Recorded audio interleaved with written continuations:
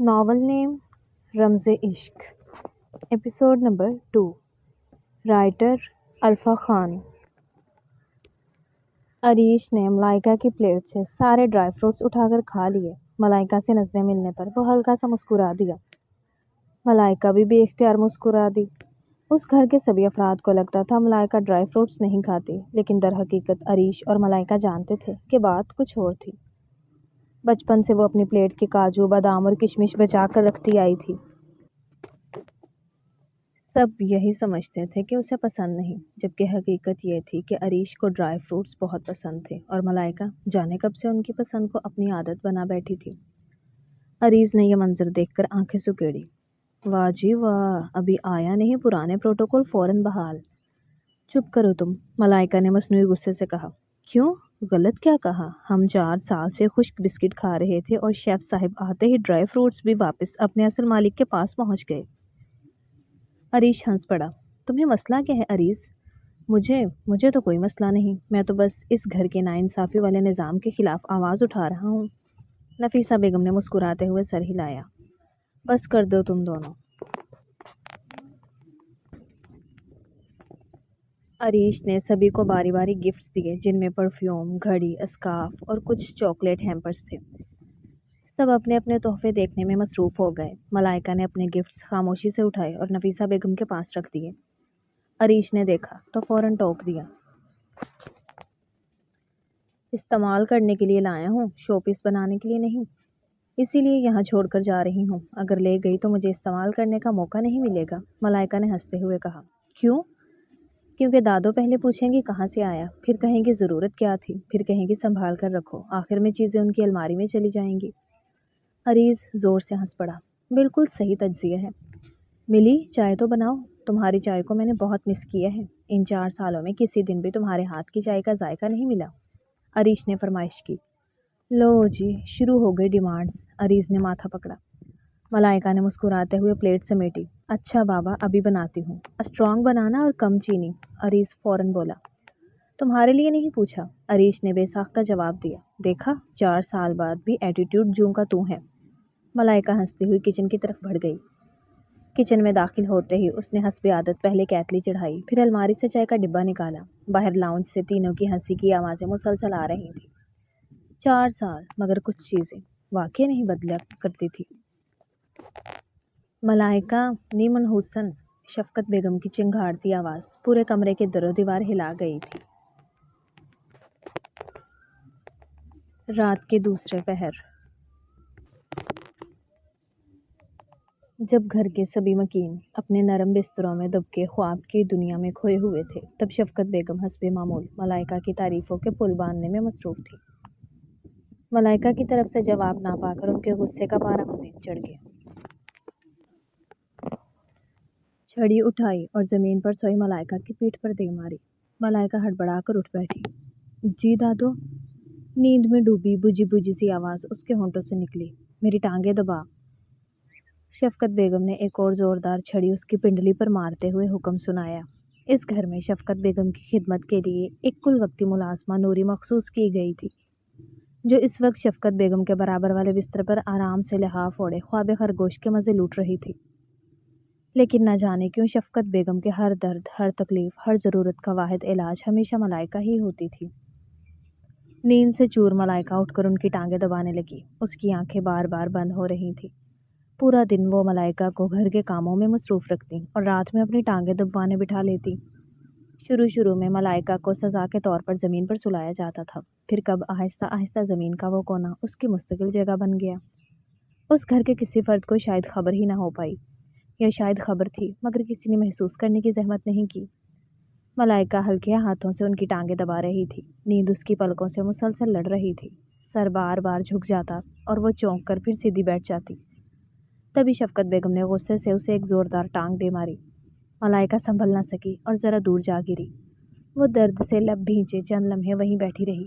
اسے ہمیشہ حیرت ہوتی تھی، جو ٹانگیں دن بھر چلنے سے انکار کر دیتی تھیں، جن میں ہر وقت درد کی دہائی دی جاتی تھی، وہ غصے کے وقت اچانک اتنی طاقتور کیسے ہو جاتی تھی؟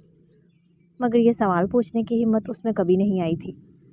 وہ خاموشی سے دوبارہ ان کے پاس آ کر بیٹھ گئی اور ٹانگیں دبانے لگی۔ अभी रात बहुत बाकी थी और उसे मालूम था आज भी यही सब चलना था। मलाइका लाउंज में बैठी शफकत बेगम को चाय सर्व करने के लिए उनकी जानिब बढ़ी। दोनों हाथों में चाय की ट्रे संभाले वो जल्दी जल्दी कदम उठा रही थी। शफकत बेगम का मिजाज वैसे ही बिगड़ा हुआ था और वो जानती थी जरा सी देर या मामूली गलती भी उस पर कयामत बनकर टूटने वाली थी। लाउंज के सोफे पर शफकत बेगम के नज़दीक नीम दराज बैठे असजद ने उसे अपनी तरफ आते देखा तो उसके होंठों पर एक कमीनी सी मुस्कुराहट फैल गई और वो चुभती हुई निगाहों से मलाइका के दुपट्टे में छुपे खूबसूरत वजूद को टटोलने लगा। उसकी आंखों में हवस थी जिसे देखकर किसी भी समझदार इंसान को कराहत महसूस होती। वो जरा सा सीधा हुआ और निहायत बेफिक्री के अंदाज में अपना पाँव मजीद खोल दिया। इतना मामूली सा अंदाज कि देखने वाले को हादसा लगता और वो मलाइका को खुद पर गिराकर उसके नरम वजूद की मुलायमत महसूस करके अपनी गंदी ख्वाहिश पूरी कर लेता। बौखिलाई हुई शफकत बेगम की आवाज़ों से घबराई मलाइका तेजी से आगे बढ़ रही थी। अगला कदम उठाते ही उसका पाँव असजद के फैलाए हुए पाँव में बुरी तरह उलझा। उसके हाथों में ट्रे डोल गई। मलाइका का वजूद बेख्तियार आगे को लड़खड़ा गया पर उसने तेजी से खुद को संभालने की कोशिश में अपना रुख बदल लिया। मगर गिरने से चंद लम्हे पहले ही मलाइका ने खुद को संभालने की कोशिश में जोर से रुख बदल लिया। अब चाय की ट्रे सीधी शफकत बेगम की तरफ जा रही थी। मलाइका का रंग फक हो गया। शफकत बेगम पर चाय गिरने का मतलब वो सोच भी नहीं सकती थी। घबराहट में उसने पूरी ताकत से ट्रे अपनी तरफ मोड़ ली। अगले ही लम्हे ट्रे उलट चुकी थी। खोलती हुई गर्म चाय उसकी टांगों, पैरों और कपड़ों पर बुरी तरह गिर गई। आ! शदीद जलन से उसके मुंह से दिल दहला देने वाली चीख निकली। वो तड़प कर पीछे हटी। ट्रे फर्श पर गिरकर जोर से छनकी। कप लुढ़कते हुए दूर जा गिरे। कालीन पर चाय फैल गई। एक लम्हे के लिए लाउंज में खामोशी छाई। फिर अचानक लड़कियों की खिलखिलाती हंसी गूंज उठी।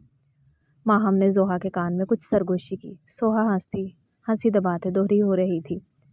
उन्होंने सब कुछ देखा था, असजद का जानबूझकर पाँव फैलाना भी और मलाइका का खुद को बचाते बचाते जल जाना भी। मगर अगले ही लम्हे सबने ऐसी नजरें चुरा ली जैसे कुछ हुआ ही न हो। असजद ने भी होंठ भींचे हंसी रोकी। उसकी आंखों में एक लम्हे को नाकामी की झुंझलाहट उभरी थी, मगर फौरन ही उसने तमाशाइयों वाला लुत्फानंदोज चेहरा ओढ़ लिया। शदीद जलन से बिलबिलाती मलाइका घबराहट में अपने कपड़ों से चाय झाड़ने लगी। उसकी आंखों से बेइख्तियार आंसू बह निकले थे, मगर शफकत बेगम ने न उसकी चीख सुनी न जली हुई टांगें देखी। वो उससे गुस्से से उठ खड़ी हुई। मनहूस! अपनी छड़ी एक तरफ फेंक कर वो तेजी से मलाइका की तरफ बढ़ी और आते ही उसकी चोटी मुट्ठी में जकड़ ली। मलाइका दर्द से सिसक उठी। दादो, टी सेट खराब कर दिया मेरा। उन्होंने जोर से उसकी चोटी खींची। हाथ टूटे हुए थे, इतनी भी अकल नहीं। मलाइका जलन और दर्द से बुरी तरह कांप रही थी। दादो, गरम चाय गई भाड़ में। शफकत बेगम चीखी। हर वक्त मुसीबत, मनहूस पता नहीं क्यों जिंदा है। माँ के साथ ही मर जाती तो हमारी जान छूटती। लाउंज में बैठी लड़कियों के चेहरों पर अजीब सा तमाशा देखने वाला सुकून था। किसी ने आगे बढ़कर मलाइका को सहारा देना भी जरूरी ना समझा। अपने पोर्शन की रीलिंग पर खड़े अरीश ने यह सारा मंजर देखा था। ट्रे गिरने की आवाज़, मलाइका की चीख और फिर शफकत बेगम का उस पर टूट पड़ना, ये सब लम्हों में हुआ था। इससे पहले कि वो ऊपर से आवाज़ देकर कुछ कहता, सब कुछ हो चुका था। वो तेजी से सीढ़ियां फलांगता नीचे आया। दादो, छोड़े इसे। उसने आगे बढ़कर मलाइका की चोटी शफकत बेगम की गिरफ्त से छुड़वाई और उसे अपने पीछे कर लिया। शफकत बेगम जैसे रुकने का नाम ही नहीं ले रही थी। इस कमबख्त ने मेरा पूरा टी सेट खराब कर दिया। मनहूस पता नहीं क्यों जिंदा है।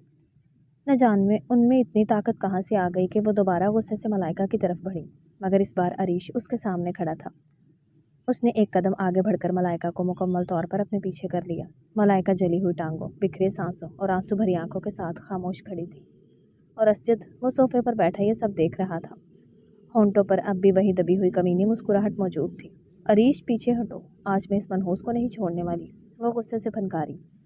दादो प्लीज़, बजाय इसके कि आप इसकी तकलीफ को देखें, आप उसे ही मार रही हैं। उसने आप पर चाय गिराने से बचाया है। अगर वो ना हटती तो गर्म चाय आप पर गिर जाती।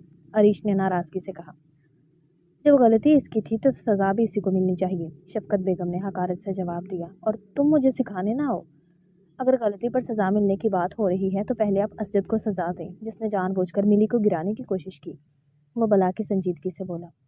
अपना नाम सुनते ही असजद की हंसी लम्हों में गायब हुई थी। असजद, अब तुम और ये सब कजन्स सब बड़े हो चुके हो। बचपन की तरह तंग करना बंद करो, और अगर आज के बाद तुमने या किसी ने भी मलाइका को तंग किया तो अच्छा नहीं होगा।